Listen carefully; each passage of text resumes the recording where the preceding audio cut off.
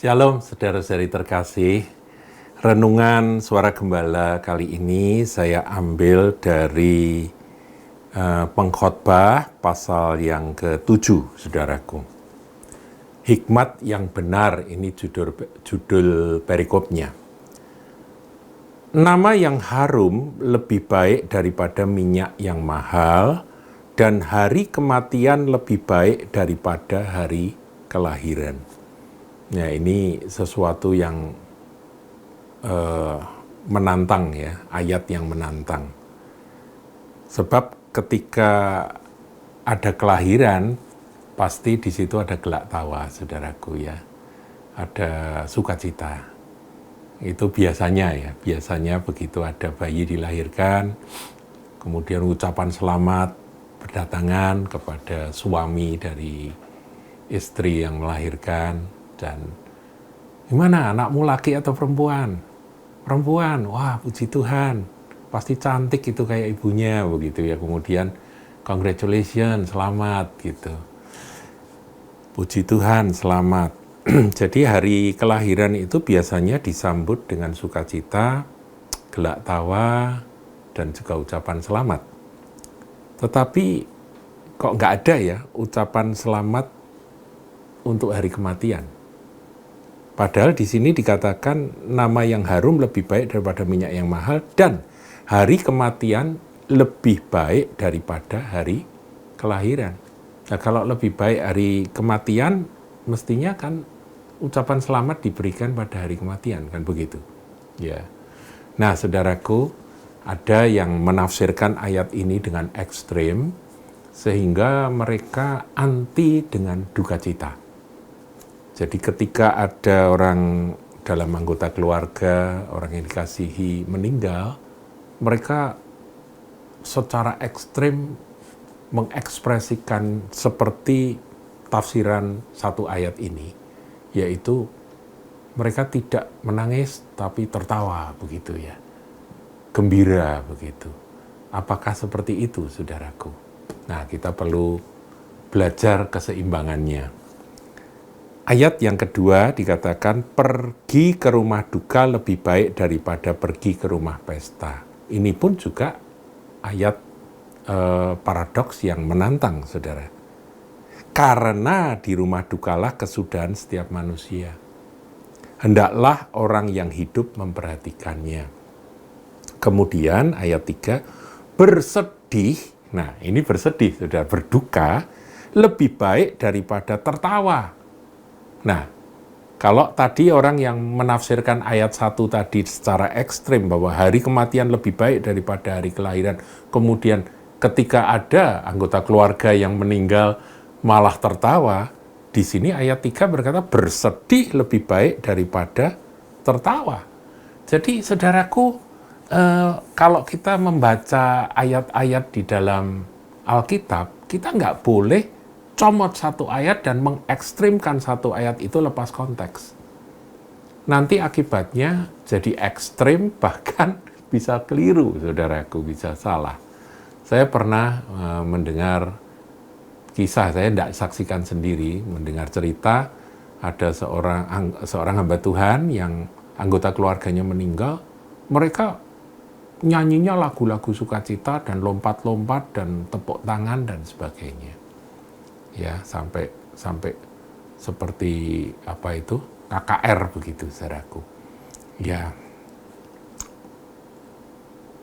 ada benernya kalau satu ayat tadi, tapi kalau dibenturkan dengan ayat yang ketiga tadi, ayat 1 dan ayat 3, ya harusnya ada kesedihan ya. Karena kita ini manusia, saudaraku. Kita manusia, kalau kita berpisah dengan orang yang kita kasihi, emangnya enak? Ya nggak enak, saudara.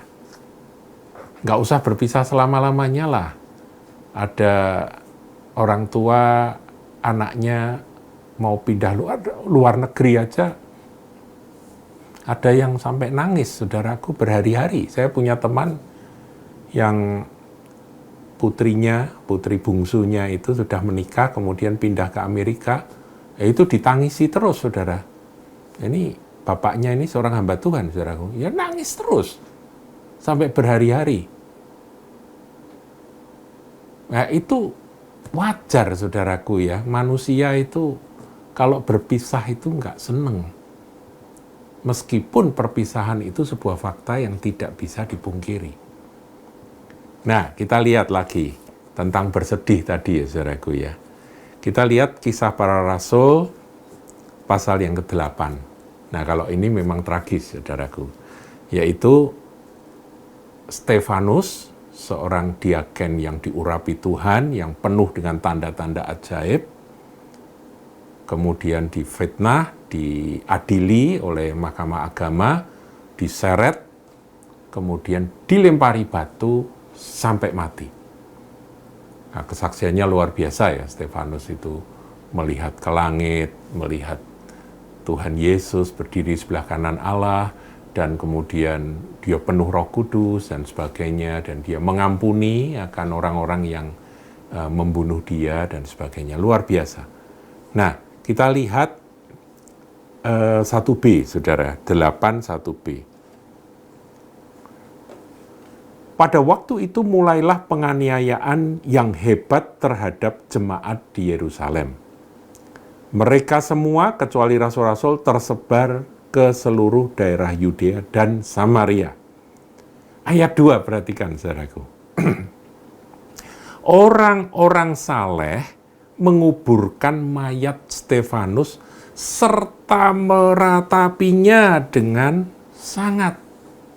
Oh saudaraku, meratap itu bukan cuma sekedar melelehkan air mata, tapi mengeluarkan suara ratapan.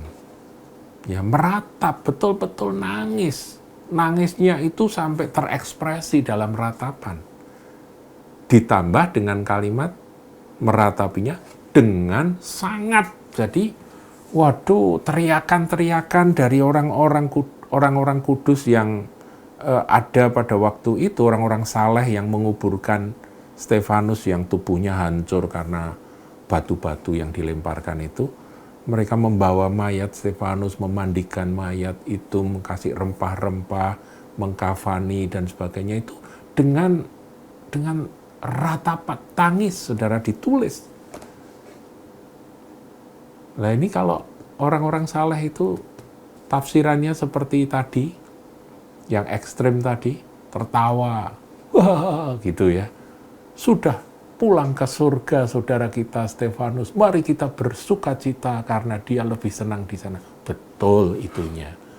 Tapi tentang keterpisahan kita sebagai manusia dengan orang yang kita kasihi, yang sudah berangkat duluan pulang ke surga, itu tetap membuat sedih, saudaraku. Bersedih lebih baik daripada tertawa, ya kan? Itu berlaku di sini. Tidak salah. Orang-orang salah itu tidak salah yang dicatat di dalam Kisah Para Rasul 8 ayat 2 itu. Mereka meratapi dengan sangat. Cuma saya yakin di dalam ratapan mereka tahu pasti bahwa Stefanus sudah bersama-sama dengan Tuhan Yesus. Sudah memperoleh mahkota kehidupan. Itu mereka tahu pasti. Tapi kesedihan karena berpisah itu bukan sesuatu yang tabu, saudaraku. Jadi kalau sampai ada yang ditinggal oleh orang yang dikasihi, kemudian mereka menangis, yang perlu kita luruskan adalah pengertian pemahamannya. Kamu berpisah tidak selama-lamanya loh. Dia sudah bersama dengan Tuhan. Dia sudah di sorga. Kamu harus jaga iman, pelihara iman supaya pada waktunya kita boleh bersatu kembali dengan orang-orang kudus di sorga bersama dengan Tuhan Yesus. Demikian, saudaraku. Paham ya? Jadi kita tidak mengenal yang ekstrem kiri, ekstrem kanan begitu ya. Kalau nangis, nangisnya harus dengan pengertian bahwa ini perpisahan sementara. Sedih ditinggal, ya wajar sebagai manusia. Tapi penghiburan Roh Kudus pasti meneguhkan, menguatkan. Tuhan Yesus memberkati.